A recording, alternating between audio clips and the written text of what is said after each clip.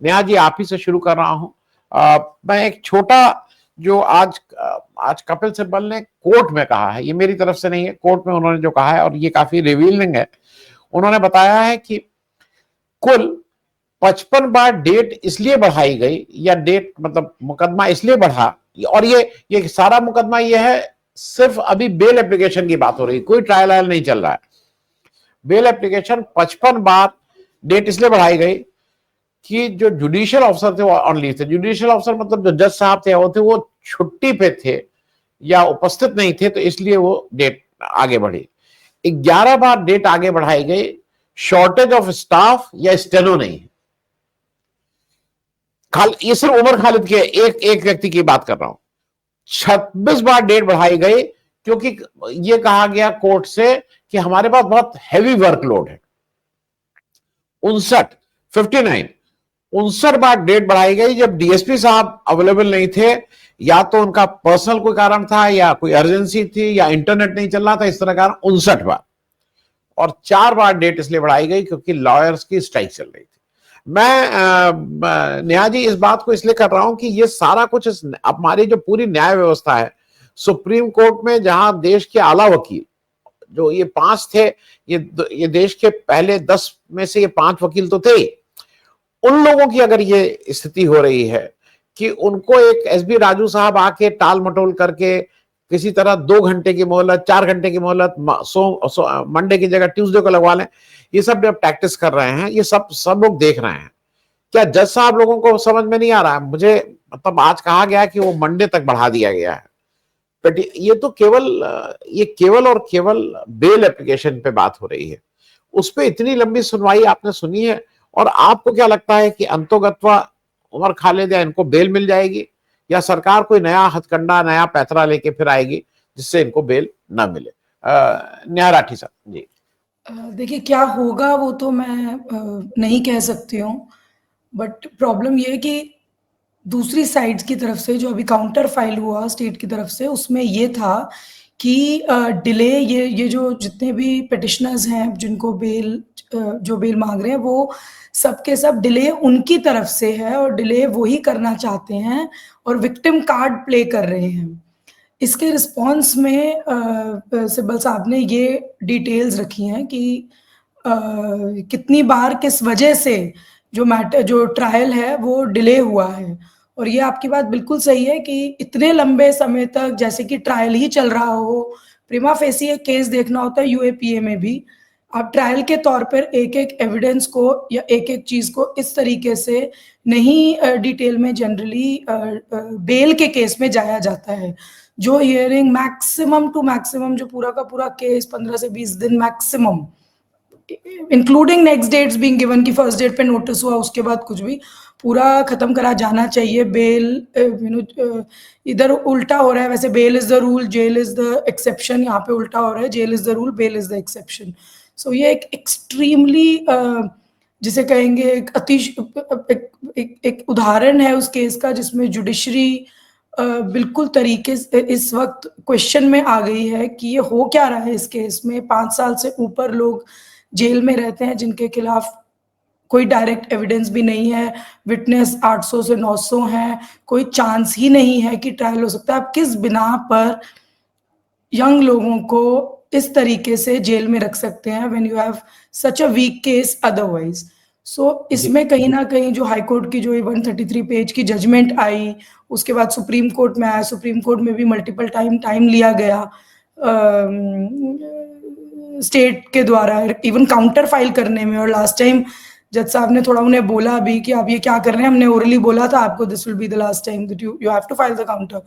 तो फाइनली अब आज मैटर में सुनवाई हुई, सुनवाई पूरी नहीं हो सकी और मंडे को उन्होंने 10:30 बजे लगाया है।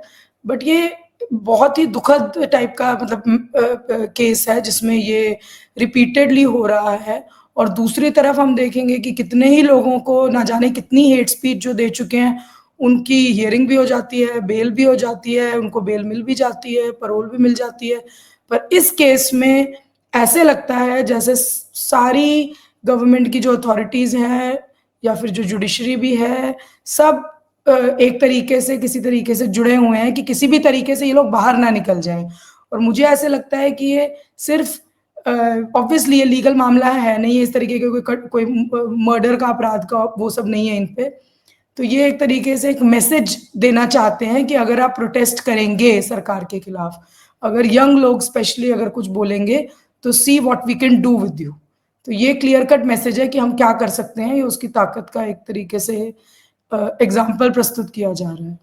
मैं नेहा जी आपके पास आऊं, एक इम्पॉर्टेंट चीज थोड़ा इसको बड़ा कर दें, क्योंकि हितेश जी ने नाम ले लिया है सोफिया कुरैशी का। जब उनके ऊपर इस तरह की टिप्पणी की गई थी तो कोर्ट एक हद तक किया, और फिर उस जज का क्या हश्र हुआ है सबको पता है, उन जज साहब का क्या हुआ हम सबको पता है। मैं इसको इसलिए जोड़ दूं कि आज हम लोगों का पॉलिटिकल वो होता है, हम लोग इस तरह की बात टाइम नहीं रहता है, लेकिन आज एक हिंदुस्तान की एक यंग लड़की को, एक बेटी को याद करना जरूरी इसलिए है, जेमिमा रॉड्रिक्स को। कल जेमिमा ने जिस तरह का जो 127 अनबीटन बनाए हैं, भारत को एक उपलब्धि दिलाई है, फाइनल्स में पहुंचाया है, लेकिन उससे ज्यादा इंपॉर्टेंट मेरे लिए ये था कि उस जेमिमा को ये 4 महीना पहले यही राइट विंगर्स ने उनके पिता को, क्योंकि वो क्रिश्चियन थी, खार्स जो जिमखाना है उससे उसको एक टेम्पररी मेंबरशिप मिली थी, वो भी इसलिए क्योंकि उसने अंडर 19 में कुछ अच्छा परफॉर्म किया था, उससे निकाला गया था। और ये सारे राइट विंगर्स बहुत थे कि देखिए ये क्या है क्या है क्या है।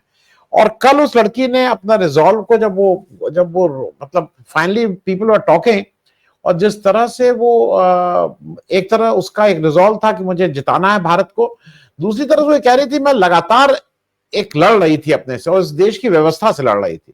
और वहां पे भी उसने उस जीसस की बात की, जो मेरे ख्याल में बहुत से लोगों को बहुत बुरा लगा होगा। मैं नेहा जी एक चीज समझना चाहूंगा कि देखिए, ये मैं फिर भी कहूंगा कि जो 5 लोग हैं, उमर खालिद, शर्जील इमाम, गुलफिशा फातिमा, मीरान हैदर, इनको फिर भी कपिल सिब्बल और अभिषेक मनु सिंघवी और दवे और ये लोग मिल गए हैं। कितने लोगों को ये वकील मिल पाएंगे? मतलब ये भी एक सोचने वाली बात है। ये वकील नहीं, ये वकील बहुत व्यस्त हैं, ये दिल्ली में है, महंगे हैं, व्यस्त हैं, नहीं उपलब्ध हैं। तो एक तो इस पे आपकी एक टिप्पणी की, इस तरह का ये नाइंसाफी का एक जो पैमाना है वो ये। दूसरा मुझे एक चीज और ये जरा बता दीजिए इसी बात में, जो मतलब मेरे और पैनलिस्ट ने कहा, जो हम लोगों की समझ है, जो ये कॉन्स्टिट्यूशन और संविधान है, it is to protect the rights of the minorities. संविधान का मूल काम होता है कि माइनॉरिटीज के राइट को प्रोटेक्ट करें, मेजॉरिटी के बाद। मैं इस पे भी एक टिप्पणी चाहूंगा कि ये सारा कुछ जो हो रहा है उसको उस चश्मे से भी जरा देखने की जरूरत है। नेहा जी, देखिए, जमाइमा वाले केस में, या फिर केस क्या कहूँ, मतलब इस इंसिडेंट में या इस तरीके में, मुझे हमेशा ये क्वेश्चन मतलब मेरे जहन में आता है कि हमेशा सेक्युलरिज्म को प्रूव करने का जिम्मा हमेशा माइनॉरिटी कम्युनिटीज के कंधे पर ही क्यों होता है? Why should they have to prove themselves at every juncture? तो ये इसमें बहुत ही अन्याय वाली बात है। दूसरा जो आपने पूछा अबाउट लोग जो लॉयर्स अफोर्ड, वैसे इस केस में जहाँ तक मेरी जानकारी है, किसी ने कोई ऑब्वियसली ये लोग उनकी जितनी फीस है सिंघवी साहब नहीं की मिल सकता है, कोई दे नहीं सकता है, तो इन्होंने सब अपने मतलब रिपीटेड हियरिंग्स एवरीथिंग सबने ताकि जस्टिस हो इन स्टूडेंट्स के साथ, इसलिए ही करा है। हाँ, ये बिल्कुल बिल्कुल ये इशू है, बट मैं ये भी देखती हूँ, जैसे हमारा ग्रुप है सुप्रीम कोर्ट में ही लॉयर्स का, हम मोर देन रेडी रहते हैं कि बिना किसी फीस के, चाहे अपनी जेब से पैसे लगा के, जो फाइलिंग वगैरह का खर्चा आता है वो करके हम खुद से कोशिश करें UAPA type cases, even otherwise bail cases में लोगों को जहाँ तक हो सके न्याय दिला सकें या फिर एक अच्छी हियरिंग दिला सकें। मेरे केस में स्पेशली मैं इतनी पीआईएल्स वगैरह से जुड़ी रही हूँ, मैंने कभी भी किसी भी केस में जिसमें मुद्दा एकदम सही है, जिसमें मैं मानती हूँ, मैं जिस भी सीनियर एडवोकेट के पास गई हूँ, कभी किसी ने मुझे निराश नहीं किया है। एटलीस्ट सुप्रीम कोर्ट का मैं कह सकती हूँ, मेरी सारी प्रैक्टिस वही है। सो मेरे को मतलब इस चीज पे बड़ा वो रहता है कि अगर ये एकदम जेन्युइन केस है, चाहे वो बेल का हो, चाहे अदरवाइज करप्शन का मैटर हो या कुछ भी हो, तो ज्यादातर जो इवन टॉप के सुप्रीम कोर्ट के एडवोकेट्स हैं वो बिना फीस के, इवन एसआईआर में यही चीज है, बिना फीस के, बिना उस चीज के पूरी अपनी, बल्कि इसमें ज्यादा मेहनत लगती है और आपको कुछ मिलता नहीं है, in return in terms of monetary, वो कई बार मतलब कम ऐसे मुझे लगता है कि जिनसे फीस आती है उनमें मेहनत कम लगती है, जिनमें फीस नहीं आ रही होती क्योंकि वो केसेस इतने बड़े होते हैं, मीडिया उसको फॉलो कर रहा होता है और उसमें इतना अटेंशन होता है और वो जनरल आम आदमी के लिए होता है कई बार, तो उसमें जितनी मेहनत लगती है वो आप मॉनेटरी तौर पे उसको कोई उसकी वैल्यू है भी नहीं। तो ये है जहाँ जहाँ तो ऐसा नहीं है, बट हाँ सही लोगों तक लोग पहुंच पाए जिनको सही तरीके की जरूरत है और उस तरीके से उनको गाइडेंस मिल पाए, तो हाँ उसमें गैप जरूर है। हाँ वो किसी को कैसे पता है कि अच्छा ये फला फला फला लॉयर्स इस तरीके के केसेस करने में और वो बिना फीस के करने में भी आपका साथ देंगे, तो वो गैप ऑफ नॉलेज जरूर होगा, पर अगर वो पहुंच जाए सही तरफ तक, जिन जो लॉयर्स जाने जाते हैं कि वो इस तरीके के केसेस लेंगे, तो वो जरूर करते हैं क्योंकि वो अपने कॉन्शियंस से ही, वरना वो नहीं कर पाएंगे, क्योंकि ये किसी की किसी की लाइवलीहुड, किसी की लाइफ, किसी की फ्रीडम, इस तरीके के सब सवाल होते हैं। जब कोई इंसान जेल में होता है इस तरीके के केस में, सिर्फ वही जेल में नहीं होता, उसके आसपास के जितने भी उसके घर वाले हैं, फ्रेंड्स हैं, किसी की वाइफ है, किसी के बच्चे, वो सब उधर अफेक्टेड होते हैं, एवरीबडी इज सफरिंग टुगेदर। तो ये बहुत बहुत बड़ी इनजस्टिस है इस केस में भी। तो I am very happy. Neha ji, मेरा एक प्रश्न और था कि जो संविधान है या जो लॉ है, it is to protect the rights of the minorities, वो बेसिक प्रिंसिपल है। मैं उस पर एक टिप्पणी बहुत छोटी सी चाहूंगा।